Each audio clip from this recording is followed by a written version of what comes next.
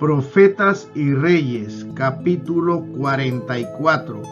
En el foso de los leones, cuando Darío el Medo subió al trono, antes ocupado por los gobernantes babilónicos, procedió inmediatamente a reorganizar el gobierno. Decidió constituir sobre el reino 120 gobernadores y sobre ellos 3 presidentes, de los cuales Daniel era el uno, a quienes estos gobernadores diesen cuenta, porque el rey no recibiese daño. Pero el mismo Daniel era superior a estos gobernadores y presidentes, porque había en él más abundancia de espíritu, y el rey pensaba de ponerlo sobre todo el reino.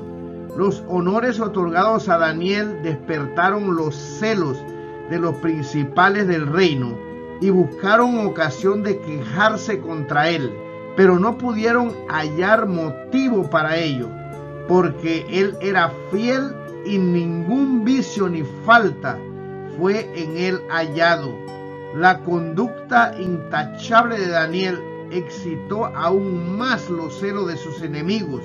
Se vieron obligados a reconocer: no hallaremos contra este Daniel ocasión alguna, si no la hallamos contra él en la ley de su Dios.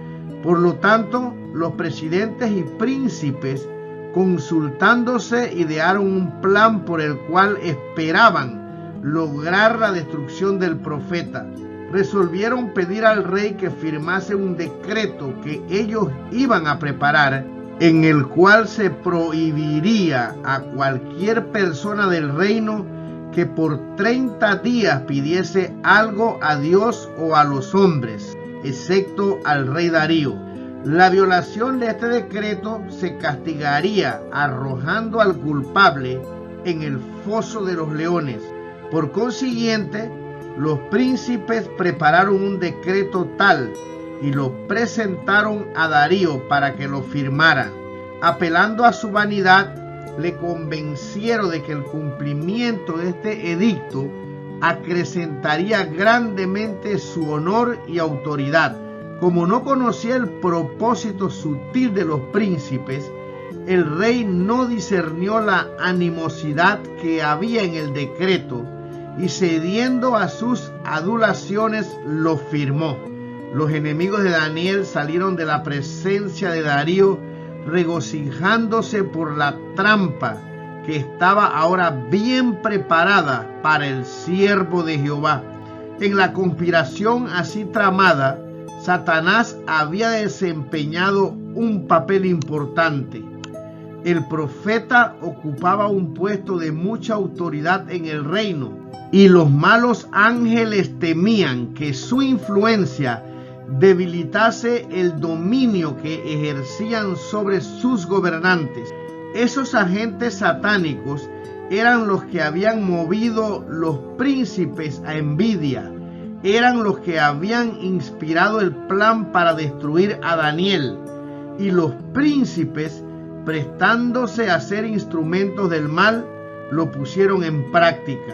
Los enemigos del profeta contaban con la firme adición de Daniel a los buenos principios para que su plan tuviese éxito, y no se habían equivocado en su manera de estimar su carácter. Él reconoció prestamente el propósito maligno que habían tenido al fraguar el decreto, pero no cambió su conducta en un solo detalle. ¿Por qué dejaría de orar ahora, cuando más necesitaba hacerlo?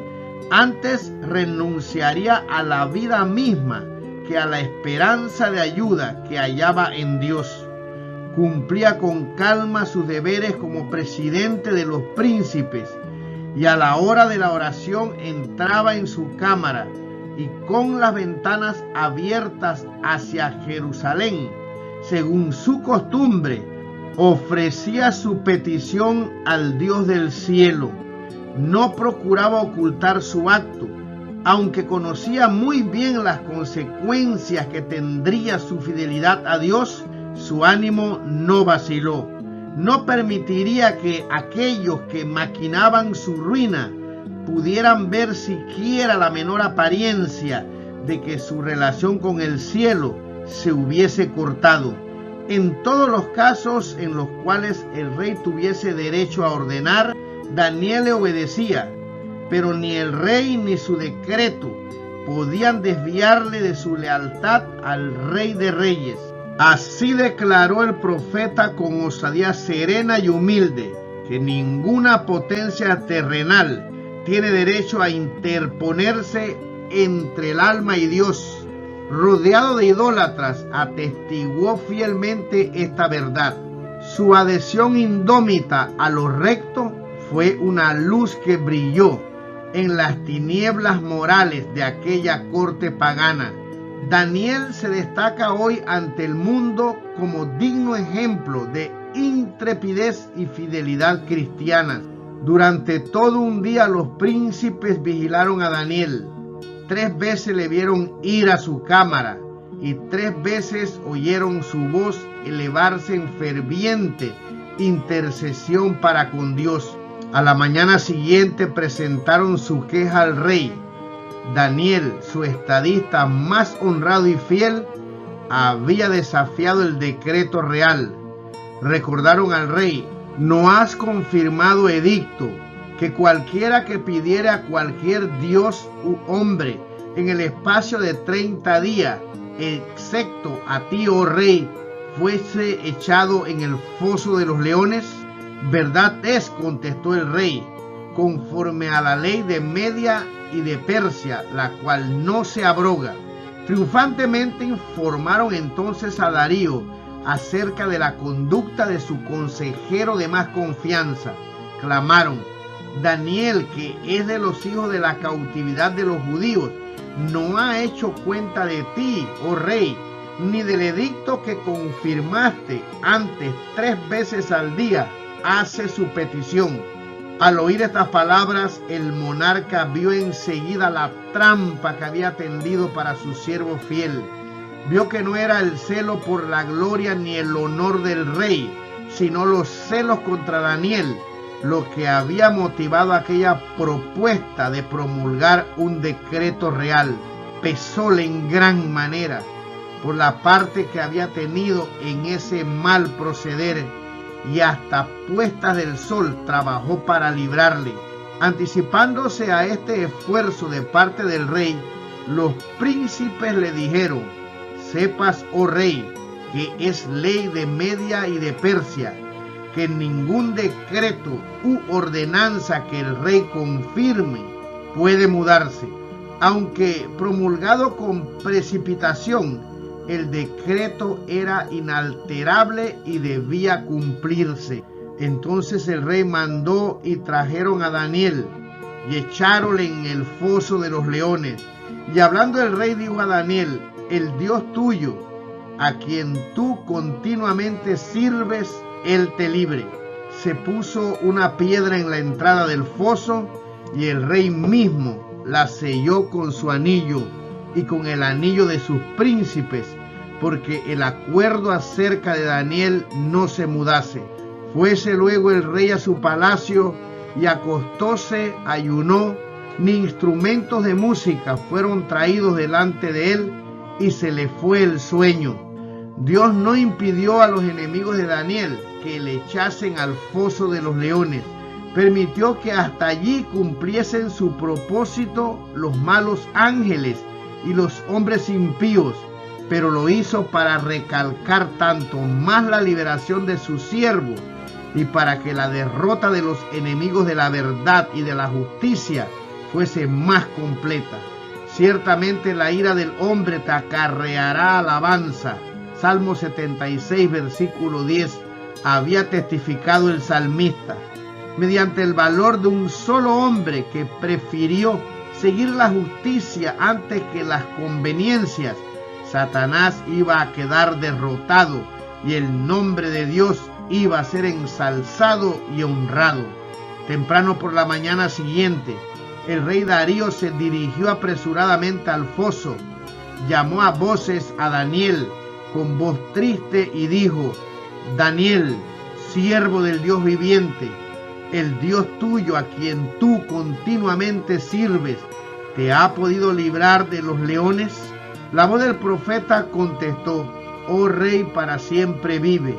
El Dios mío envió su ángel, el cual cerró la boca de los leones para que no me hiciesen mal, porque delante de él se halló en mí justicia, y aún delante de ti, oh rey, yo no he hecho lo que no debiese. Entonces se alegró el rey en gran manera a causa de él, y mandó sacar a Daniel del foso, y fue Daniel sacado del foso, y ninguna lesión se halló en él, porque creyó en su Dios. Y mandándolo el rey, fueron traídos aquellos hombres que habían acusado a Daniel, y fueron echados en el foso de los leones, ellos, sus hijos y sus mujeres, y aún no habían llegado al suelo del foso, cuando los leones se apoderaron de ellos y quebrantaron todos sus huesos. Nuevamente un gobernante pagano hizo una proclamación para exaltar al Dios de Daniel como el Dios verdadero. El rey Darío escribió a todos los pueblos, naciones y lenguas que habitan en toda la tierra: paz os sea multiplicada. De parte mía es puesta ordenanza, que en todo el señorío de mi reino todos teman y tiemblen de la presencia del Dios de Daniel, porque Él es el Dios viviente y permanente por todos los siglos, y su reino tal que no será deshecho, y su señorío hasta el fin, que salva y libra, y hace señales y maravillas en el cielo y en la tierra, el cual libró a Daniel del poder de los leones.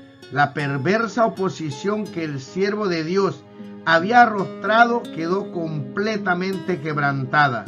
Daniel fue prosperado durante el reinado de Darío y durante el reinado de Ciro persa, y por haberle tratado, esos monarcas paganos se vieron obligados a reconocer que su Dios era el Dios viviente y permanente por todos los siglos, y su reino tal que no será deshecho. Del relato de cómo fue librado Daniel, podemos aprender que en los momentos de prueba y lobreguez, los hijos de Dios deben ser precisamente lo que eran cuando las perspectivas eran halagüeñas y cuando los rodeaba era todo lo que podían desear. En el foso de los leones, Daniel fue el mismo que cuando actuaba delante del rey como presidente de los ministros de Estado y como profeta del Altísimo. Un hombre cuyo corazón se apoya en Dios será en la hora de su prueba el mismo que en la prosperidad, cuando sobre él resplandece la luz y el favor de Dios y de los hombres. La fe extiende la mano hacia lo invisible y se hace de las realidades eternas. El cielo está muy cerca de aquellos que sufren por causa de la justicia. Cristo identifica sus intereses con los del pueblo fiel, sufre en las personas de sus santos, y cualquiera que toque a sus escogidos le toca a él. El poder que está cerca para librar del mal físico o de la angustia está también cerca para salvar del mayor, para hacer posible que el siervo de Dios mantenga su integridad en todas las circunstancias y triunfe por la gracia divina. Lo experimentado por Daniel como estadista en los reinos de Babilonia y de Medo-Persia revela que un hombre de negocios no es necesariamente un maquinador que sigue una política de conveniencias, sino que puede ser un hombre instruido por Dios a cada paso. Siendo Daniel primer ministro del mayor de los reinos terrenales, fue al mismo tiempo profeta de Dios y recibió la luz de la inspiración celestial. Aunque era hombre de iguales pasiones que las nuestras, la pluma inspirada le describe como sin defecto. Cuando las transacciones de sus negocios fueron sometidas al escrutinio más severo de sus enemigos, se comprobó que eran intachables. Fue un ejemplo de lo que todo hombre de negocios puede llegar a ser cuando su corazón haya sido convertido y consagrado, y cuando sus motivos sean correctos a la vista de Dios. El cumplimiento estricto de los requerimientos del cielo imparte bendiciones temporales, tanto como espirituales. Inquebrantable en su fidelidad a Dios, inconmovible en su dominio del yo, Daniel fue tenido por su noble dignidad y su integridad inquebrantable, mientras era todavía joven en gracia y en buena voluntad del oficial pagano encargado de su caso. Las mismas características le distinguieron en su vida ulterior. Se elevó aceleradamente al puesto de primer ministro del reino de Babilonia, durante el reino de varios monarcas sucesivos, mientras caía la nación y se establecía otro imperio mundial. Su sabiduría y sus dotes de estadista fueron tales y tan perfectos su tacto, su cortesía y la genuina bondad de su corazón, así como su fidelidad a los buenos principios, que aún sus enemigos se vieron obligados a confesar que no podían hallar alguna ocasión o falta, porque él era fiel. Mientras los hombres le honraban confiándole las responsabilidades del Estado y los secretos de reinos que ejercían dominio universal, Daniel fue honrado por Dios como su embajador, y le fueron dadas muchas revelaciones de los misterios referentes a los siglos venideros. Sus admirables profecías, como las registradas en los capítulos 7 al 12 del libro que lleva su nombre, no fueron comprendidas plenamente ni siquiera por el profeta mismo, pero antes que terminaran las labores de su vida, recibió la bienaventurada promesa de que hasta el tiempo del fin, en el plazo final de la historia de este mundo, se le permitiría ocupar otra vez su lugar. No le fue dado comprender todo lo que Dios había revelado acerca del propósito divino, sino que se le ordenó acerca de sus escritos proféticos.